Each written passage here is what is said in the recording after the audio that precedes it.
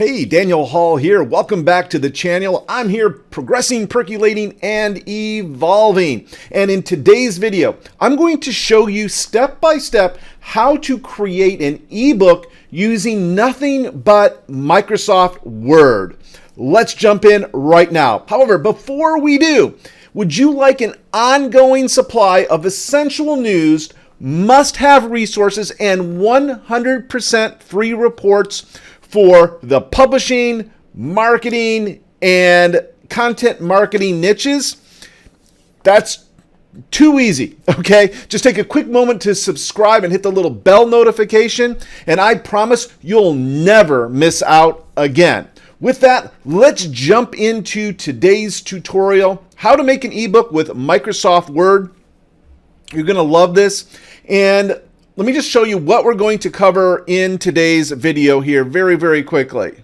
So there are 6 things you need to know to make an ebook with Microsoft Word, and they are right here. First off, we're going to talk about cover design, copyright, and then disclaimer pages, creating a table of contents.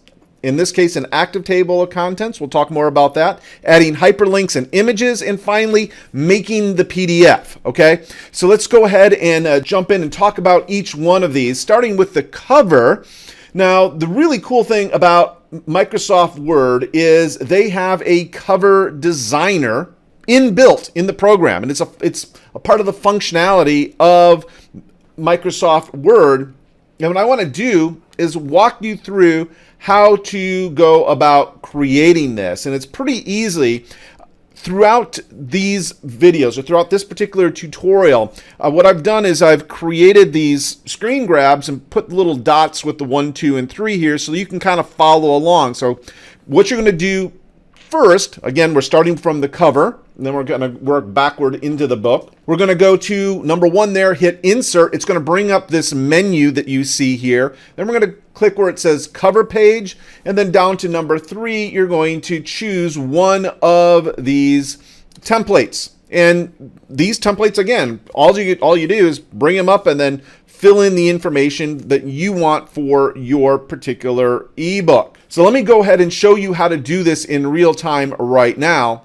Okay, so the first thing you're going to do is you're going to come over here to where it says insert, and then cover page, then choose one of these templates. Now I chose sideline, but you can choose whichever one, strikes your fancy. And let's go ahead and just click that. And then what you're going to do from here is you're going to put in where the information. So it basically has the form fields. All you do is you just fill it in. So here I just realfastvip.com presents how to make an ebook with Microsoft Word, a step-by-step guide. Okay, these were all sort of pre-built in. The other thing that you'll see here is a place to put the author's name. By the way, I should say, when you put in an author's name, do not put in the word by in front of the author's name. Okay, that's amateur. Okay, so you just put in the author's name, period. And then of course, if you want the date, you put the date in there as well. And I'm just going to take that out. Then you can, if you wish, come over here to pictures and put in a picture, which essentially is what I did here that you see here. But we're going to cover how to insert images in a little while here in this particular tutorial. So that's essentially how to make your cover. Moving on to the next page, sort of the page after the cover, is your copyright disclaimers page. And this is actually pretty easy. At a bare minimum, all you need is the copyright notice itself. It should have the little C with the circle around it. Or you could use the word copyright and then the year and the author's name, or whoever the copyright holder is, if it's a company, for example. So in this case, it says copyright 2020, Daniel Hall. Then you need to add some sort of statement giving notice that the rights to reproduce the work are reserved to that copyright holder, and it could be just as simple as all rights reserved. Okay? Now, I am not sure what your niche is, what your category. I mean, are you in the Are you in the investment niche? Are you in the health niche? Depending on what niche you're in, you may, and I would recommend that you do include some kind of disclaimer. So for language to emulate, I would just look inside books in your category, whatever category that happens to be, that have been published by large traditional publishing companies. The reason for this is that they're going to have some disclaimers at the beginning of their books, and they have the resources to hire the legal talent to figure that out. And what I'm saying is that you can emulate, not steal, but emulate that language, okay? Now, the other thing that I will just say here is that I am a lawyer. I don't represent you, so I'm not going to give you legal advice. But I did want to show you the disclaimer that I have in most of my books. Now, I'm not going to read this because it's going to take too long to do that, but I will leave the text for this in the description for this video, okay? So that if you want to kind of pick it apart, that's where you will find it. So basically, it's kind of long, and it kind of goes through all the stuff that I am concerned about as a author, publisher, publishing in my field, which is marketing and publishing, etc. Okay.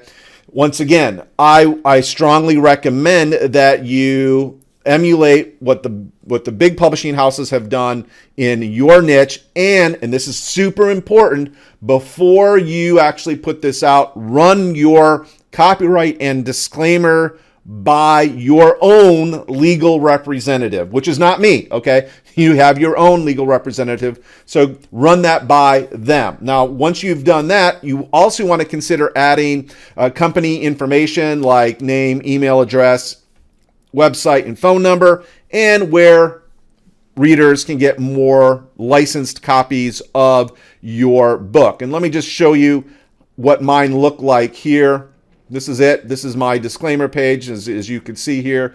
Like I said, copyright 2020, Daniel Hall, all rights reserved, and then that nice long disclaimer that I've already showed you. Then I have my company name, physical address, and I have a little, hey, do you want to, you want to get more tutorials like this?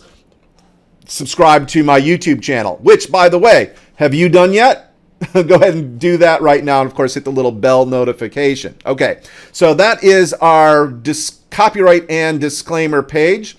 Let's move on to sort of our next big thing that I want to walk you through. And it's usually the next thing that appears after the disclaimer page, which is your table of contents.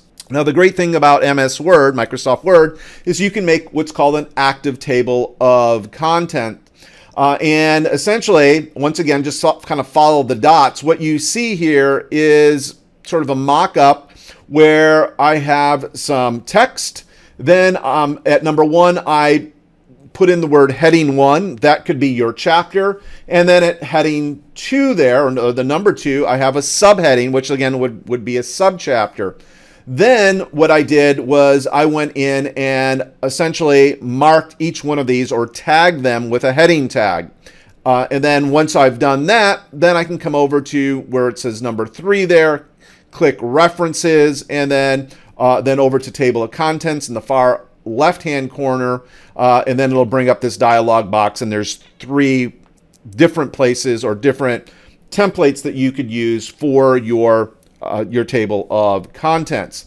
Once you've done that, once you've clicked table of contents there in the far left-hand corner, it will bring this up. And then what I like to do is I like to come down to where this arrow is marked custom tab, custom table of contents, choose that, and it brings up this dialog box. And what's operative here, what I want you to notice, is that it says, use hyperlinks instead of page numbers. So I've clicked that. And then sort of directly back over to the left, you see where it says show page numbers. That is currently checked. And, that again, that's up to you. If you want page numbers left in there, then keep that checked. And if you don't want page numbers, then uncheck it. The really great thing about ebooks, by the way, is that they are essentially self-contained web pages, and that you can, in fact, put in all these links so that people can get around your ebook and consume it more easily, which is what it's all about. So basically, once you've kind of done that and kind of set that up how you want, then you come down to number 2, you click OK, and then it just automatically puts in your table of contents, which looks like this.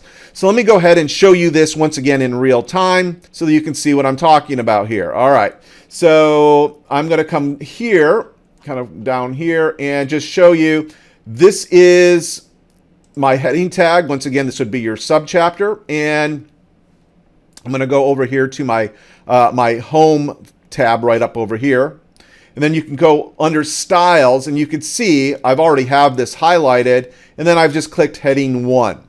Okay, then kind of further down, let's say that this was my subchapter, right under my heading, my first heading here. Then I'm going to click heading 2, okay, and so forth. And if I had subchapters, I can go to heading 3. And the cool thing about that is that once you have done this, now Microsoft Word knows kind of how your document, how your ebook is organized. So it makes it so much easier to create a table of contents. So with that, you're going to come over here to where it says references, okay, up over at the top here, and then table of contents, and then right down here to where it says custom table of contents. And then once again, you're going to choose whether you want to show page numbers or not. All right, so we're going to, in this case, choose to show the page numbers, and then click OK. And then it's asking you want to replace the table, because I've already done this once. So yes, I do want to replace the table, and there it just added our page numbers in here for us. Okay, so pretty simple to add that table of contents. And what I want you to note here is it's an active table of contents, and by that I mean that people can go to the table of contents and click, just like I'm doing right now. See what it says, current document, hit the control and then click to follow the link. That's because that's where it will take you, okay? Which is, again, what we want. We want reader usability, making it as easy to consume your content in your ebook as is possible. This does that, okay? So moving on here, we've covered table of contents. Let's talk about hyperlinks. Hyperlinks. Now, once again, I will just say that the great thing about having a ebook and using an ebook is it is in fact a self-contained website, which means that you could send people off anywhere you want to send them, right? You could send them to your opt-in pages, to your affiliate offers, to a Wikipedia page, to wherever you want to send them to make your content better. And to do that, again, follow the numbers here. 1, I just chose this piece of text. I just hyperlinked this. And then I went up to number 2 to where it says insert, and then I hit number 3 where it says link, and it brought up this hyperlink dialog box. And then at number 4 here, I just wanted to make sure that what the text I want it to display is being displayed, because it'll show you there. And then number 5, you put in the actual address that when people click that text, where is it going to take them? So I just put in the URL of my podcast at realfastresults.com, and then click number 6, and that will basically hyperlink it. Great, awesome, right? That's what we want. All right, now moving on to images. Let's talk a little bit about images in your ebooks, because this is pretty important. Once again, the great thing about an ebook is it's a self-contained website, so you could put in basically the same things you could put in, including images. Now, I will say, just a sort of a caveat here, with images, I would not do anything too fancy, at least not try to do it with Microsoft Word. So if you are using Microsoft Word to create your ebook, then I would use minimal images, okay? And I would essentially center them. So you basically go put your cursor wherever you want to put the image, and then you're going to come up to where it says number 1 here, and then go to number 2, click pictures. It will bring up this dialog box that says insert pictures. choose the picture that you want to include. I highlighted that one with me kind of in between my books there, and then I click OK, and it will insert it. Now, what I wanted to just show you here with this, you see at number 4, you click Insert, and then it will insert it into the document where you have your cursor. And what I suggest here is that you essentially center it. Now, I put the number 5 there, kind of up by that dot, so that you could see that you could resize the picture once it's in here. And you could also double click on the picture and crop it, for example. Now, I suggest that you, again, use minimal images and center them and not try to do too much fancy within Microsoft Word, because often the formatting goes wonky and it doesn't look right, and then you spend hours, trying to get it right, and often you never can get it right, at least not within Microsoft Word.